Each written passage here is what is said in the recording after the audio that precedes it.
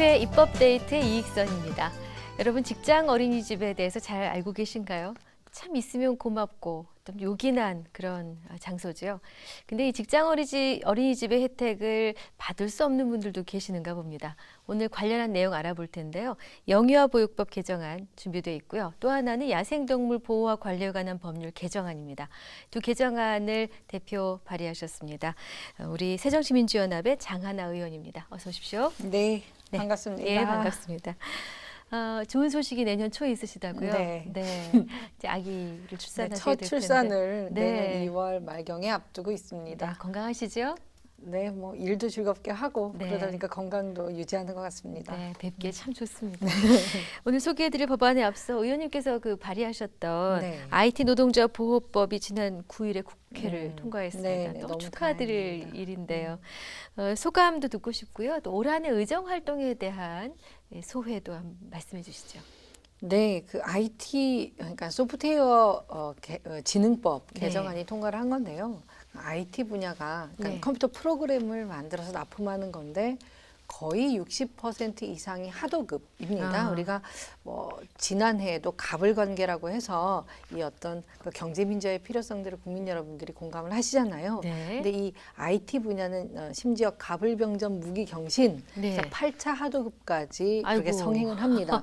하니까 네. 이게 시작은 뭐 삼성이나 정부와 같은 이제 네. 대기업 또는 공공부문 발주를 시작하지만 결국 집에서 프리랜서로 이 프로그래밍을 하는 이제 프리랜서 개발자들까지 이어지다 보면 뭐 아. 8차에서 뭐 10차 얘기도 있는데요. 네. 그러다 보니까 그 과정에서 가장 첫 번째 중요한 것은 우리 인건비가 반토막 나고 더 반토막도 못 되는 상황입니다. 네. 내려갈 때마다 네. 계속 인건비 문제가 있어서 네. 그런 부분을 이제 하지 못하도록, 그러니까 그 반 이상 하도급을 하지 못하도록 이제 강제를 하기 때문에 네. IT 업계에서는 아마 거의 그 혁신적인 변화가 있을 것으로 보여지고요. 네. 지금 1년여의 시행 유예 기간이 있는데 네. 그 사이에 우리 미래부라던가 업계에서도 차근차근히 준비해서 네. 저는 우리 IT 업계 노동자들이 일한 만큼의 정당한 대가를 받게 되는 네. 그런 2016년 고대하고 있습니다. 네. 자, 이제 오늘 이야기로 가보겠습니다. 네. 첫 번째 내용이 영유아 보육법 개정안입니다. 네. 이 발의하시게 된 특별한 계기가 있으셨습니까? 제가 환경노동위원회에 있다 보니까 노동자들 많이 만나고요. 그중에서 특히 우리 여성 노동자들은 노동약자입니다. 네. 이제 여성이란 이유로 더 2, 3중의 고통을 받는데 네. 특히 육아 부분, 직장에서도 노동약자고 집에 와서도 또 그 육아의 부담을 여성분들이 더 많이 지지 않습니까? 그렇습니다. 근데 문제가 여성 노동자가 300인 이상 근무하는 네. 직장이라던가 아니면은 남녀 합쳐서 상시 근로자가 500인 500. 이상인 네. 이런 대규모 사업장은 직장 내 어린이집 설치가 의무화되어 있습니다. 네. 이 기존의 영유아보호법에 그렇게 되어 있는데 네네. 문제는 요새 뭐 간접 고용, 비정규직 이런 문제 많이 얘기되잖아요. 예. 그런 일터에서는 그 여성 노동자가 3천 명이 돼도 네. 직장 어린이집이 없는 겁니다. 그래서 예. 어떤 육아의 문제까지 정규직 비정규직 사이에 차별이 있으면 안 되겠다 그래서 네. 이제 간단합니다. 기존의 노동자 수는 그대로 변함이 없는데 여기에 간접 고용 노동자를 포함시키자 이거거든요. 네. 네, 그런 그 개정안을 발의하게 된 겁니다. 그럼 관련해서 어떤 특별한 사례를 가진 분이 의원님께 뭐 민원을 네. 제기하셨다거나 주변에 그런 일을 당하신 분이 얘기를 해오셨나요? 그렇죠. 뭐 이 문제를 가지고 민원을 제기한 건 아니지만 제가 그 서비스 업계에 우리 여성 노동자들이 많으셔서 네. 대형 할인점이라던가 아. 백화점, 예. 뭐 콜센터 이런데 좀 그 현안들을 많이 다뤘거든요. 아. 근데 그 상황에서 보니 그런데 일하시는 여성 노동자들이 그 직고용, 그러니까 그 회사에 직접 네. 고용된 직원이 아닌 거예요. 그렇죠. 근데 뭐 모범 사례로 이제 모 백화점의 경우는 네. 이제 법적인 규정은 없지만 네. 그래도 우리 회사에 수많은 여성 노동자들이 있으니까 직장 내 어린이집을 설치를 한 겁니다. 아하. 직고용되지 않아도 이제 그 백화점은 브랜드별로 뭐 화장품, 네. 의류 이렇게 별로 다 고용되어 있는 그 회사가 다르세요. 네. 근데 일은 다 백화점에서 하시잖아요. 그렇죠, 그렇죠. 그러니까 직장 내 어린이집 백화점에 있어야 하는 거죠. 네. 그래서 이거를 회사 자율에 맡길 게 아니라 의무화시키는 게 좋겠다라고 좀 네. 힌트를 얻었고요. 예컨대 서울시의 다산 콜센터라고 해서 서울시 민원 전화를 받는 예, 콜센터가 맞습니다. 있는데 여기 500인 이상 계셔요. 예. 근데 여기는 서울시 공무원도 아니고 현재는 한 콜센터 안에 3개의 위탁업체가 같이 일하니까 아. 쪼개지면 이 혜택을 못 받으시는 거예요. 네. 그래서 이런 케이스도 영유아보호법 개정안을 통해서 네. 좀 그 아이를 데리고 일터에 와서 보고 싶을 때 언제든지 보고 네. 좀 마음 놓고 일할 수 있는 엄마들 네. 위해서 법안을 냈습니다. 그러셨군요. 그럼 현행 영유아보육법상의 어린이집 그 설립 요건은 어떻게 되어 있습니까? 네, 아까 말씀드렸지만 한 직장 내에 여성이 직구용은 300인 이상, 네. 남녀 합쳐서 500인 이상, 이상. 이렇게 되어 근데 있고요. 3,000명이 있어도 정식 직원이 아니면 안 되는. 그렇죠. 정규직, 비정규직 그 간에 불합리했군요. 예, 그 차별이 있어서 네. 특히 비정규직 문제를 해결하고 비정규직이 없어져야 되기도 하겠지만 네. 또 당장에 그렇다고 이 문제를 방치할 수는 없다는 게 판단이었습니다. 그러면 이제 간접 고용 근로자 범주에 아까 말씀해 주신 네. 대로 콜센터라든가 그렇죠. 백화점 마트 직원 이런 분들 포함이 돼. 대부분 그쪽이시겠네요. 인원이 많으시니까. 그렇죠. 예. 예컨대 병원의 경우는 네. 여성 노동자들이 직고용되어 있는데 그 네. 외에 서비스 업계가 거의 간접 고용이 많다고 보시면 됩니다. 네. 이분들이 느끼실 애로사항은 뭐 한두 가지가 아니시겠어요?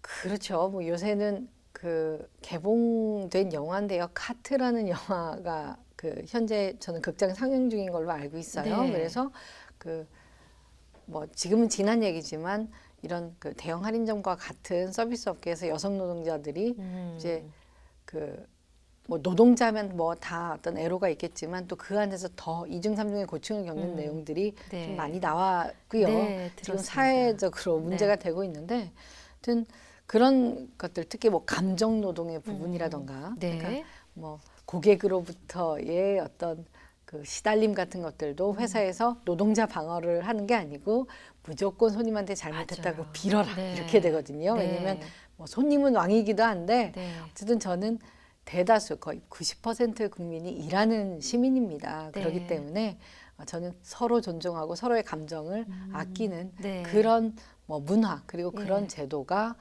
좀 빨리 정착이 되어야겠다. 그리고 회사도 일단 그 고객과 자기 그 회사 직원 사이에 아주 중립적으로 네. 그냥 무조건 우리 노동자의 희생만 강요하는 것도 문제가 있다. 그렇죠. 이런 네. 내용들을 늘 주장을 하고 있습니다. 그렇군요. 그럼 영유아 개정안 이제 그 핵심 내용을 먼저 듣고 싶고요. 네. 이것이 통과되게 되면 앞으로 적어도 이러이러한 일들을 우리가 뭐 줄일 수 있고 이런 긍정적인 기대 효과가 있다. 전망도 해보셨겠습니다. 네, 지금 뭐 우리 뭐 간접 고용 비정규직 그 문제 때문에 일을 해도 월급은 계속 그뭐 오르는 기미가 안 보이고, 안 보이고. 물가만 오르고. 네. 근데 그 상황에서 각 가정에서 부담하고 있는 이런 그 교육비, 양육비 이런 것들은 계속 올라가거든요. 네. 엄마들이 아이를 키우자니 일을 해야 되는데 그렇죠. 또 일을 하다 보니까 아이 양육이, 그러니까 그 아이 양육에 드는 그 부담도 네. 계속 늘어나서 지금 정부가 그 일 가정 양립을 지원하게 하는 많은 법제도를 시행을 하고 있어요. 네, 네. 근데 아까부터 말씀드렸다시피 여기에서 또 우리 비정규직 노동자들은 그 혜택을 똑같은 혜택을 못 받고 있는 받죠. 거예요. 사실은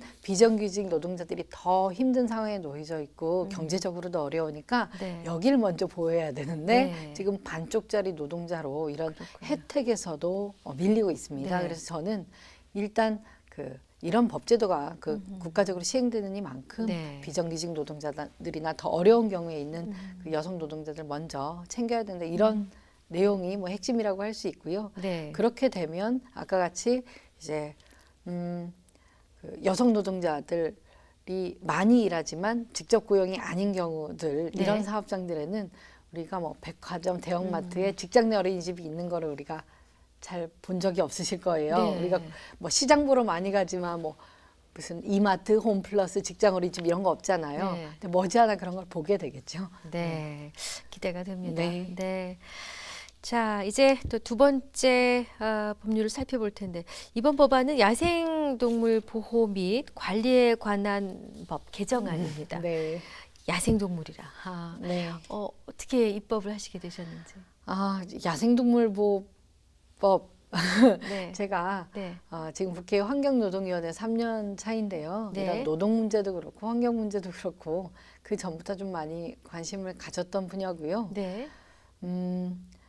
그 기존에 우리 그 환경 영향 평가라는 거 많이 들어보셨을 텐데 네. 대규모 개발 사업을 하면 네. 사전에 환경 영향 평가를 꼭 받도록 되어 그렇죠. 있습니다. 네. 그리고 그 내용에 이미 야생동물 어떤 그 서식지 보존에 관한 내용이 있는데, 네. 그러니까 이렇게 권고 사항처럼 되어 있는 거죠.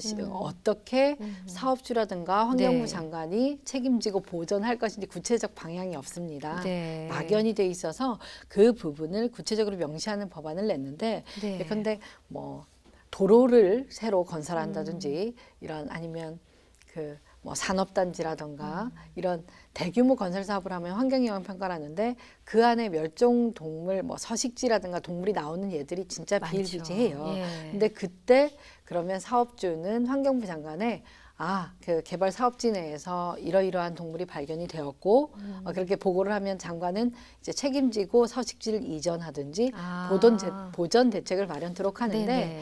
이제 사업자가 만약에 그 의무를 이행 안 했을 때 네. 그 장관이 공사중지 명령까지 내릴 수 있도록 이런 내용을 해놨습니다. 그러니까 네. 뭐 현재 기술로 서식지 이전이라든가 이런 것들이 가능하거든요. 네. 그렇기 때문에 그런 조치를 좀 확실히 명시하는 그런 법안으로 보시면 네. 되겠습니다. 일단 이 법안 이름은 야생 동물 보호가 아니라 야생 생물 보호군요. 네, 그렇죠. 생물 보호 및 동식물. 관리에 관한 법. 네. 그러면 이 개정안을 내셨다는 것은 이전에는 이런 것이 제대로 이루어지지 않았고 네. 공사 중에 발견하더라도 무시되거나 네. 뭐 살건 죽건 간에 그냥 공사 위주로 뭔가 이루어졌으니 네. 안타까웠다라는 걸 전제하는 거 아니겠습니까? 그렇죠. 기존에도 네. 그 야생생물을 보호해야 된다 이런 내용이 있어서 네.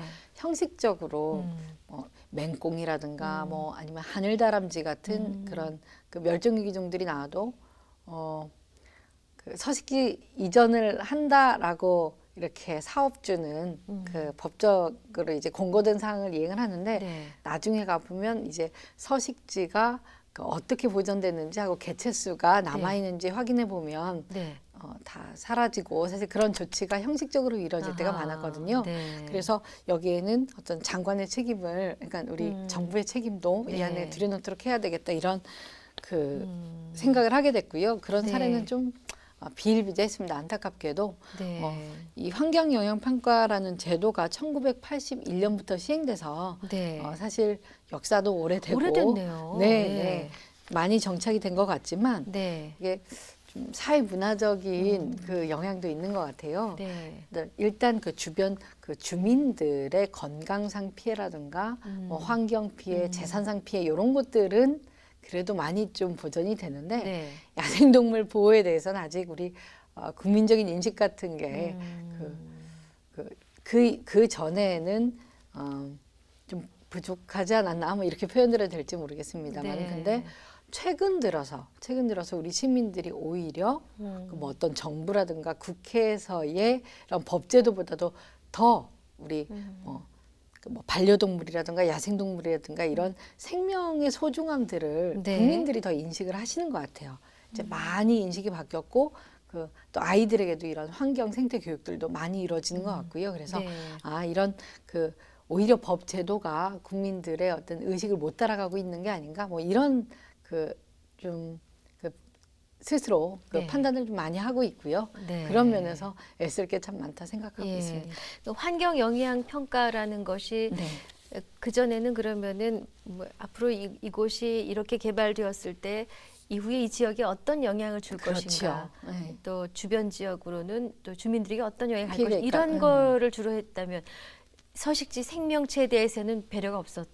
네, 아니 서식지 있었으니까. 보호에 대해서 표시는 있었는데 있었지만. 거기에 대한 조치가 그러니까 그 의무나 책임이 불분명했던 거예요. 그렇군요. 하다 보니까 이제 요식행위로 네. 넘어갔었는데 이제는. 이제는 이런 어떤 멸종 보호 동물들을 지키는 것이 사실 우리 후손들이랄까요? 네. 우리 지금 대한민국을 살아가는 사람들에게 필요한 거거든요. 생물 다양성이 생물들을 위한 게 아니라 사실은 같이 어우러져가는 사람들한테 예, 예. 중요한 겁니다. 네. 그래서 좀 더 이제 그 확실한 책임, 그러니까 뭐 장관이 공사중지 명령까지 내릴 수 있을 정도로의 권한을 주고 사업자들도 그런 좀 의무를 확실히 할 수 있도록 그렇게 개정을 낸 것입니다. 네.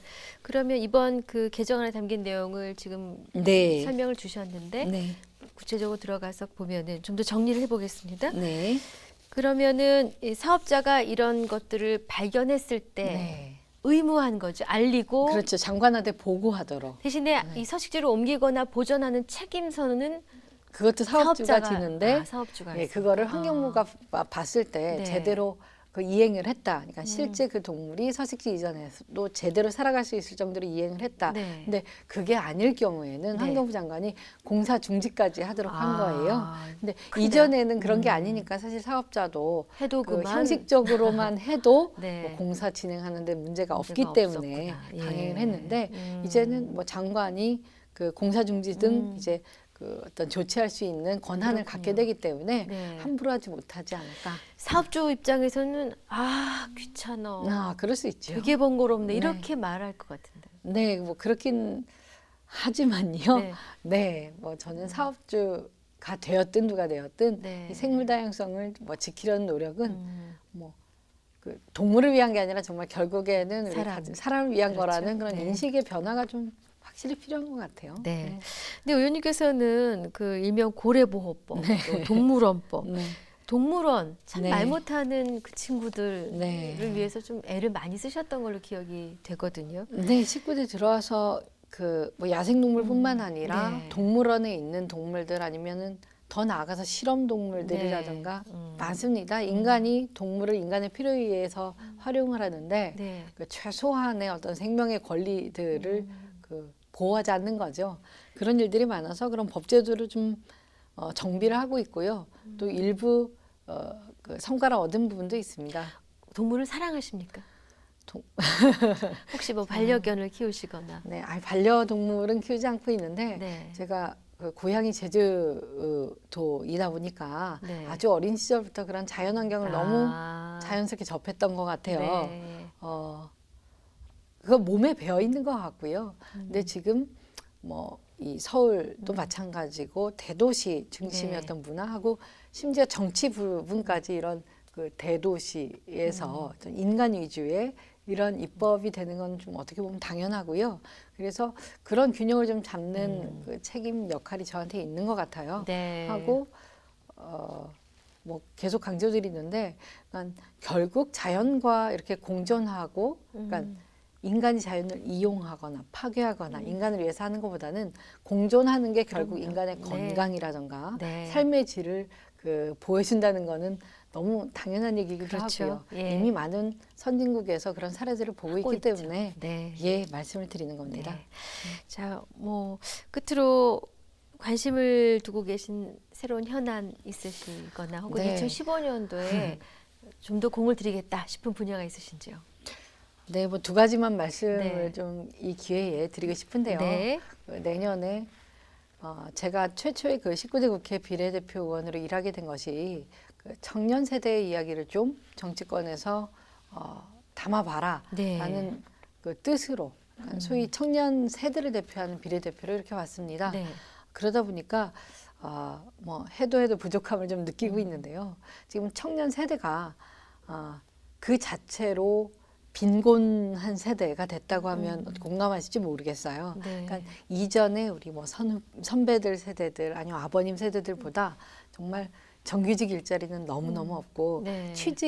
처음 취직한 나이가 막 29, 30살 네. 이렇게 늦어졌고요. 그렇죠. 그동안 사실 교육비라든가 이런 데 들어가는 부담들은 우리 부모님 세대도 같이 지지만 사실 이 청년 세대들이 이렇게 늦게 직장을 갖고 직장을 가져도 불안하고 그렇죠. 이렇게 보내는 것은 청년만 고통스러운 게 아니라 대한민국 사회의 근간이 좀 흔들릴 일이고요. 네. 또 결혼도 못하고 출산도 못하고 이런 예. 식으로 한국 사회의 그 어떤 그 순환이 깨지고 있거든요. 네. 그래서 저는 청년들의 뭐 생존권, 그러니까 청년들의 주거 문제, 지금 뭐 고시원, 뭐 옥탑방 이런 데들 살고 있는데 네. 주거 문제도 그렇고 청년들의 뭐 어떤 뭐 아까 같은 취업 문제라든가 아니면은 뭐 나아가서 결혼까지 이런 청년 문제를 좀 본격적으로 다뤄야겠다 이런 생각이 들어집니다. 그리고 네.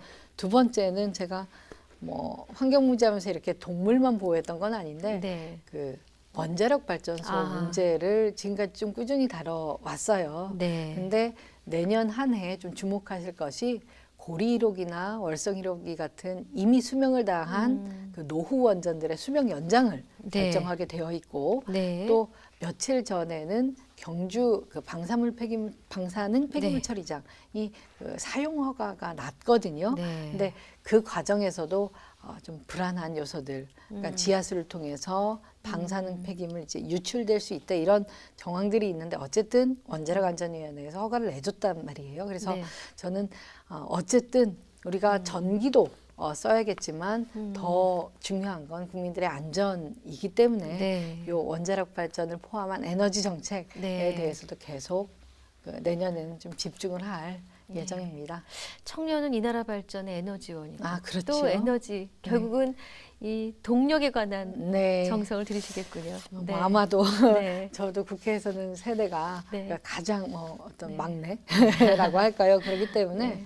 예, 뭐 에너지도 정치권에 드리고 네. 이런 어떤 동력의 문제를 다룰 수밖에 없는 것 같습니다. 네, 말씀 잘 들었습니다. 앞으로 입법 활동도 활발히 해주시기 네. 바라고요. 무엇보다도 건강한 순산을 원하겠습니다. 네, 감사합니다. 원님 감사합니다. 네, 감사합니다. 네, 입법데이트 오늘은 새정치민주연합 장하나 의원과 함께한 시간이었습니다. 시청해주신 여러분 고맙습니다.